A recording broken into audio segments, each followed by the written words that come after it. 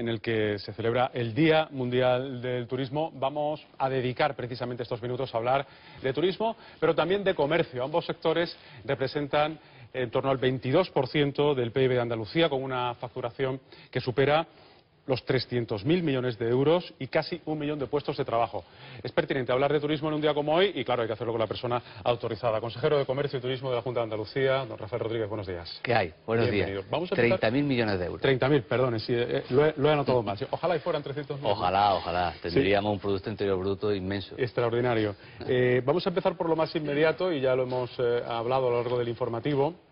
Es ese anuncio que usted hizo ayer en el Parlamento de Andalucía de un nuevo impuesto para las grandes superficies comerciales. Amplíenos un poco, porque creo que los ingresos que se recojan se van a dedicar en este caso, a programas medioambientales y urbanísticos. Sí, bueno, es un impuesto de carácter extrafiscal, por lo tanto no va a tener carácter ni objetivos recaudatorios. El objetivo fundamental es lo que se obtenga de ese impuesto, revertirlo directamente al pequeño y mediano comercio de Andalucía, al programa de fomento del comercio interior, que está enmarcado en la Consejería de Turismo y Comercio, para facilitar su competitividad, su modernización, programas que ya están en marcha, como los centros comerciales abiertos, etcétera. La filosofía es sencilla.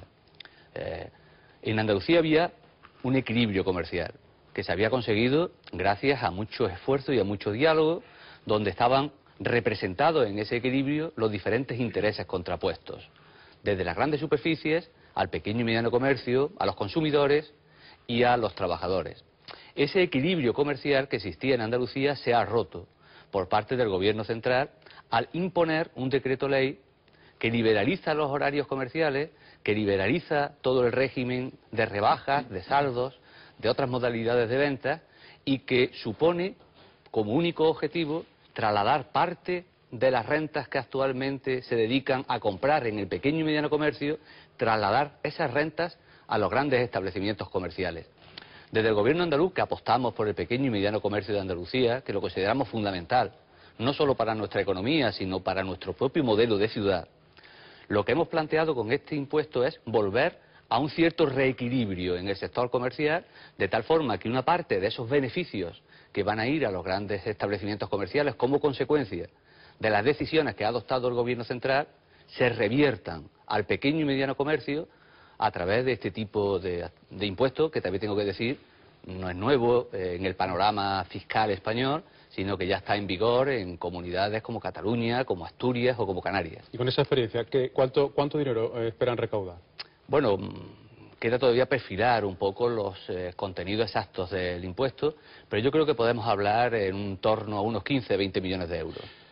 15 o 20 millones de euros, insisto, que irían destinados al programa de fomento del comercio interior de Andalucía, para facilitar la modernización de los centros comerciales abiertos, para facilitar los mecanismos de comercialización de productos, para facilitar elementos de internacionalización, en fin, irían dirigidos directamente a facilitar la modernización y la competitividad de los pequeños y medianos comerciantes de Andalucía, que es los aliados fundamentales de la Consejería en el ámbito comercial de Andalucía. Ha citado usted el decreto del Gobierno que prácticamente liberaliza el comercio en todo el país. ¿Ustedes lo consideran lesivo para el comercio andaluz? ¿Cree que prosperará el recurso que han presentado ante el Constitucional? Bueno, ¿confían en ellos? Yo creo que sí, pero si me permite voy a matizar lo de liberalizar, porque desde el Partido Popular, cada vez que se adopta una medida, se le pone el término liberalizar como si eso fuera sinónimo de ventajas para los usuarios, de ventajas para el sector,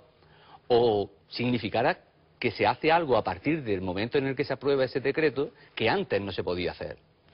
Hay que decir, lo he dicho muchas veces, pero vuelvo a insistirlo, en Andalucía, en este momento, antes de la entrada en vigor del decreto ley del señor Montoro y del Partido Popular, cualquier pequeño comercio podía abrir cualquier día del año a cualquier hora del año. Yo se lo he dicho fundamentalmente a la portavoz del Partido Popular: si en el barrio de Santa Cruz las tiendas no abren, no es porque se lo impida la normativa, no abrirán porque no les es rentable, o en la Judería, o en Calle Larios, o en el barrio del Albaicín.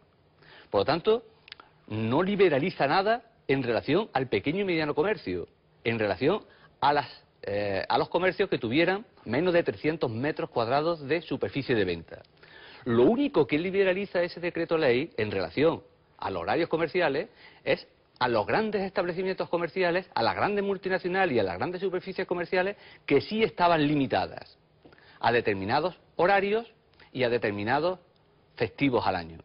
Por lo tanto, por eso hemos dicho que es un decreto que se ha hecho, el decreto del Partido Popular, al dictado de los intereses de una parte muy concreta del sector comercial. Y me dice si nosotros esperamos que avance el recurso. Estamos seguros. En primer lugar, por un elemento de forma. La vía del decreto ley es una vía que está tasada constitucionalmente. No puede ser utilizada para legislar sobre cualquier materia y en cualquier condición. Hay que acreditar la urgencia y la necesidad. Es lo que el Tribunal Constitucional llama las causas habilitantes. Ya el Gobierno central del señor Rato, creo recordar era entonces vicepresidente, aprobó por decreto ley un decreto muy parecido al de ahora, un decreto de liberalización de los horarios comerciales en el año 2000. Hubo unos recursos de inconstitucionalidad y el Tribunal Constitucional en el 2011 ya dijo que ese decreto era inconstitucional porque la vía del decreto ley no era la adecuada. Por lo tanto, desde la perspectiva formal estamos absolutamente convencidos. Y desde el fondo, porque es una competencia exclusiva de la comunidad autónoma. El artículo 58 del Estatuto establece, del Estatuto de Autonomía, que yo insisto, es una ley orgánica, aprobada por mayoría cualificada en el Congreso de los Diputados. Y del bloque constitucional dice que las competencias en materia de comercio interior son de las comunidades autónomas y son las comunidades autónomas las que tienen que decidirlo. El Gobierno central legisla vía decreto ley sin consultar a nadie, sin dialogar con nadie, sin establecer terreno de encuentro con nadie y además legisla violentando lo que son competencias de las propias comunidades. Vamos a hablar de turismo, tenemos que hablar de muchas cosas, le ruego también que podamos ser lo más sintéticos posibles. Decía que vamos a hablar de turismo, para ello hemos considerado oportuno enmarcar esta conversación con datos, con los que nos ofrece el balance de la campaña de verano en Andalucía. Juan Carlos Jiménez nos informa desde Málaga, aumentó este verano, bueno, este año hasta julio, ha aumentado en más de un 5% el número de visitantes extranjeros, ¿no?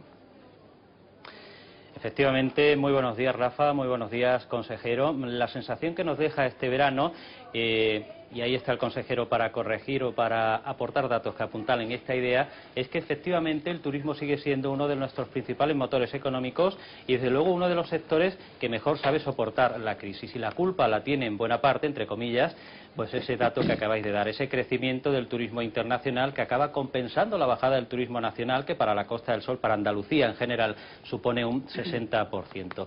A la cabeza de ese crecimiento del turismo internacional está Andalucía y, como no, la Costa del Sol, y eso avalado por datos como el siguiente. Por ejemplo, ha crecido aquí un 5% ese turismo internacional, mientras que la media nacional ha sido del 1,2%. Destacar también el crecimiento de mercados importantes para Andalucía, como el del Reino Unido, Francia, el mantenimiento de Alemania y el resurgimiento de mercados hasta ahora, digamos, un poco secundarios, como el de los Países Bajos, por ejemplo. Y destacar también dentro de ese gran crecimiento el papel jugado por Marbella.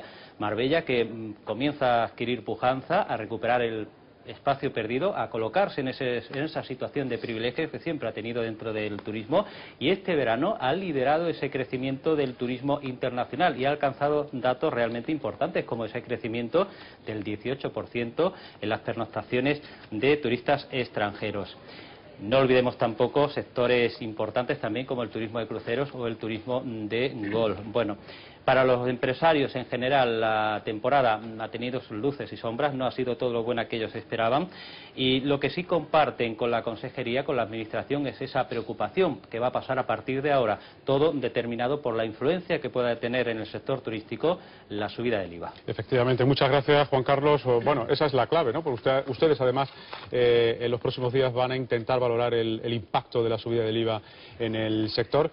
¿Se muestra satisfecho con cómo ha ido la temporada y cómo cree que va a ser ese impacto en el consumo? Nosotros desde la consejería ya anunciamos en junio unas previsiones que se están acercando casi exactamente a los datos reales.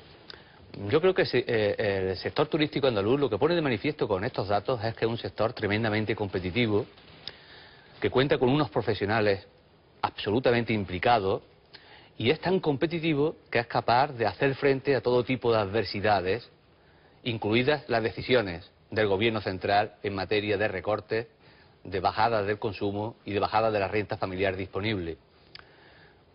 Las previsiones que nosotros hacemos es que la fortaleza del sector turístico andaluz también pasará por encima de la adversidad que va a suponer la entrada en vigor desde septiembre del nuevo IVA general y del IVA turístico en particular. Y va a superar ese escollo, insisto, porque es un sector tremendamente fuerte, tremendamente competitivo, porque parte de la subida del IVA lo van a absorber los propios empresarios en sus escasas cuotas de ganancia, y porque, insisto, la fortaleza del sector turístico andaluz es lo que yo creo sale claramente reflejada de estos datos. La crisis pone precisamente en vigor la fortaleza del sector turístico andaluz y la competitividad de nuestro destino turístico. Una cosa más antes de escuchar a nuestros compañeros. Me gustaría su opinión acerca de la decisión que ha tomado la Junta de Andalucía con respecto al máster de golf en Cádiz. Siendo Andalucía como es, una comunidad pujante, con más de 130 clubes de golf, que ha provocado que esos 3 millones de euros con los que no se va a patrocinar, bueno, dejen a la competición sin celebrarse. Bueno, hay que diferenciar lo que es el segmento del golf, que es un segmento que desde la Consejería vamos a potenciar en el nuevo Plan Director de Marketing. Hay en este momento 107 campos de golf en Andalucía. El año pasado hubo 400.000 visitantes que se concluye que venían atraídos por la oferta del golf. Nosotros creemos que puede haber en torno a 1 millón de personas, que los campos de golf actualmente existentes dan respuesta aproximadamente a 1 millón de personas, por lo tanto tenemos un margen de 600.000 personas visitantes que queremos atraer a Andalucía con una oferta específica de promoción de los campos de golf y del turismo de golf, que estamos en contacto con la asociación y con la Federación de Campos de Golf. Otra cosa distinta es el torneo de Valderrama, Andalucía Máster. En primer lugar, la decisión no es un problema de voluntad.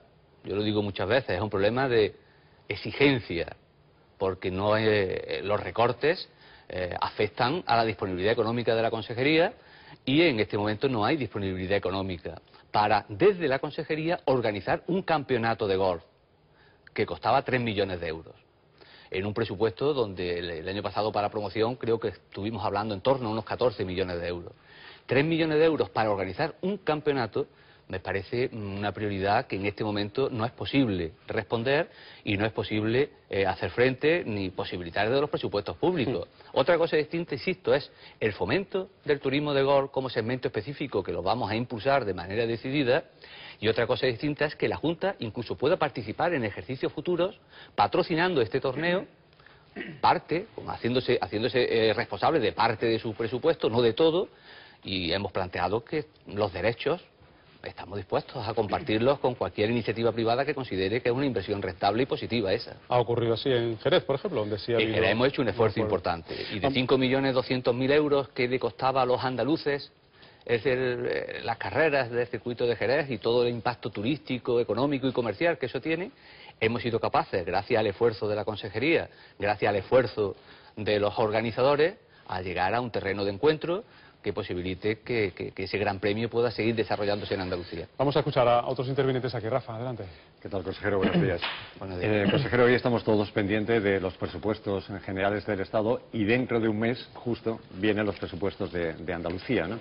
Entonces, parece que son unos presupuestos que este año se presentan como el verdadero examen, la verdadera reválida del grado de solidez que pueda tener el gobierno de coalición PSOE e Izquierda Unida. Es decir, que es un gobierno, el primer presupuesto que van a hacer conjuntos, donde se anuncian recortes muy importantes. ¿El nivel de esos recortes puede poner en peligro el gobierno PSOE e Izquierda Unida, el gobierno de coalición? Que Izquierda Unida diga, esto no podemos asumirlo si tenemos que irnos. Le ruego brevedad en su respuesta porque estamos fuera de tiempo. Bueno, yo creo que el nivel de los recortes lo que pondrá sobre la mesa es la posibilidad de que haya presupuesto en Andalucía o que no lo haya. Si los recortes nos obligan a cerrar hospitales, a cerrar centros educativos, a despedir a miles de andaluces, ya dijo el presidente de la Junta que en ese caso que no sería posible que hubiera presupuesto en Andalucía y estaríamos hablando de otros escenarios. Yo quiero situarme en el escenario de que los presupuestos van a ser complicados, pero que la obsesión por el déficit y por los recortes del Partido Popular no va a llevar a ese extremo de castigar a Andalucía y asfixiar económicamente a Andalucía de tal manera que no podamos hacer frente a unos presupuestos. Quiero situarme en el otro escenario. Estamos en la recta final del programa. Sí, yo quería seguir con la misma línea. ¿Qué prioridades va a tener para ese presupuesto del año que viene la Consejería de Turismo? Y con respecto a la Costa del Sol y al turismo cultural, llamémosle Granada, por ejemplo, ¿qué propuestas puede haber novedosas? Si es que va a haber alguna. Estamos ahora mismo trabajando en el plan de acción para el 2013. Es un plan de acción en materia de promoción turística que estamos coordinando con todos los patronatos provinciales de turismo de Andalucía. Tenemos hasta diciembre para elaborar ese plan de acción y nuestro objetivo es que en ese plan de acción se fortalezca la marca turística Andalucía, que es la marca de referencia, fortaleciendo segmentos turísticos y destinos turísticos tan importantes como el de la Costa del Sol, cuyos datos los hemos conocido hace poco, y segmentos turísticos tan importantes como el monumental, como el cultural, como el histórico. Todo eso queremos recogerlo en ese plan de acción que en este momento se ha empezado a discutir con el conjunto de los patronatos provinciales, incluido el de la Costa del Sol y el de Granada. Adelante, Jaime. Buenos días. En relación a la pregunta que hacía el moderador o presentador, la última sobre el tema del golf, la Andalucía Master, es indudable el impacto económico que tiene para el turismo los grandes acontecimientos deportivos, ¿no? Entonces veo que desgraciadamente la Junta de Andalucía se retira de acontecimientos deportivos muy importantes como este del golf que hemos señalado, no apoyó con ningún euro lo que era la Copa Davis en Sevilla, parece que tampoco va a apoyar el Mundial de Baloncesto. Hay también otro turismo cultural importante que también la Junta de Andalucía está retirando sus apoyos con la Bienal de Flamenco, el Teatro de la Maestranza. Es decir, no me conteste por favor que es que el Gobierno de Madrid tiene la culpa que no nos da dinero, porque después la Junta de Andalucía tiene dinero para los sindicatos, subvenciones de la memoria histórica, los empresarios, la cooperación al desarrollo, y por tanto, ¿qué es lo que pasa? Bueno, en primer lugar, el Gobierno andaluz tiene la responsabilidad de priorizar en función de los ingresos que dependen de las decisiones que adopta el Gobierno central. Por lo tanto, una cosa es evidente: si a Andalucía viene menos dinero, la priorización que el Gobierno andaluz tiene que hacer es sobre el dinero que tiene, no sobre el dinero que le gustaría tener. La Bienal de Flamenco sigue siendo patrocinada por la Junta de Andalucía y en concreto por la Consejería de Cultura, que en metálico y en especies se ha gastado este año más de 300.000 euros. Mucho menos. Me gustaría saber cuánto se ha gastado, por ejemplo, el Ayuntamiento de Sevilla en el desarrollo de la Bienal. Con relación al Gran Premio de Golf, es un problema de prioridades. Puede ser que usted considere, o alguien considere, con toda lógica, que en un presupuesto tan limitado como el que tenemos en turismo para promoción turística, nos gastemos 3 millones de euros en organizar un campeonato de golf.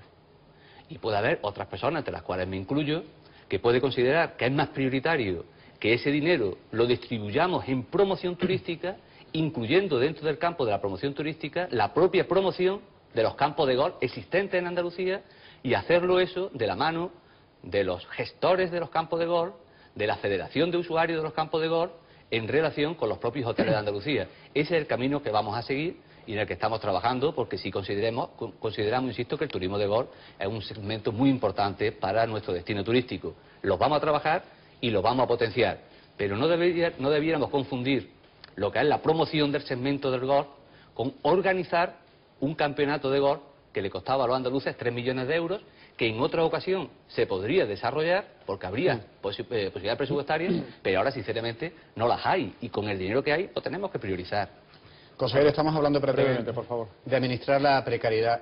Con la presentación de los presupuestos generales del Estado y los que vienen de la Junta, parece que el margen de maniobra se estrecha más. ¿Usted no cree que va a tener que trabajar prácticamente sin dinero y eso es imposible? Bueno, no es imposible. Es difícil. Quiero decir, en el ámbito de la consejería, ¿qué estamos haciendo en este año y el año que viene, donde tenemos muy poco margen presupuestario? Por un lado, cumplir los compromisos que venían de otras anualidades. Y por otro lado, planificar con todo el sector para organizar todo el trabajo de desarrollo y fomento del turismo en Andalucía en los próximos años.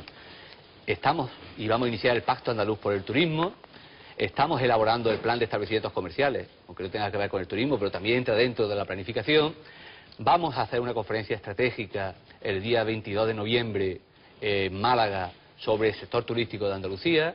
Vamos a elaborar un plan estratégico contra la estacionalidad. estamos elaborando un plan director de ferias y congresos, estamos poniendo en marcha el cuarto plan general de turismo sostenible. Es decir, aparte de cumplir los compromisos que vienen de otras anualidades que este año no se han podido materializar y que se materializarán el año que viene, aparte de eso, aprovechamos para planificar y poner los mimbres de tal manera que en el momento en que haya ya disponibilidad presupuestaria, aunque sea escasa y pequeña, esa disponibilidad se pueda poner al servicio de los instrumentos que entre todos hemos hablado, hemos dialogado y hemos consensuado. Porque acabo con esto, para la consejería es fundamental el diálogo y el consenso con los interlocutores sociales, que juegan un papel fundamental, y quiero referirme en particular a la Mesa del Turismo, que es parte de la acción política del Gobierno de Andalucía, porque las decisiones que adoptamos en materia turística las consensuamos con los sindicatos y con los empresarios representados en la Mesa por el Turismo, sin los cuales muchos de los temas serían imposibles. Yo decía ayer que el consenso es fundamental para gobernar y el diálogo es fundamental para gobernar, pero sobre todo es fundamental para acertar en las decisiones. Vamos a quedarnos con ese mensaje. Señor Rodríguez, muchísimas gracias por estar una mañana más con nosotros. Muchísimas gracias Hasta a ustedes. otra ocasión.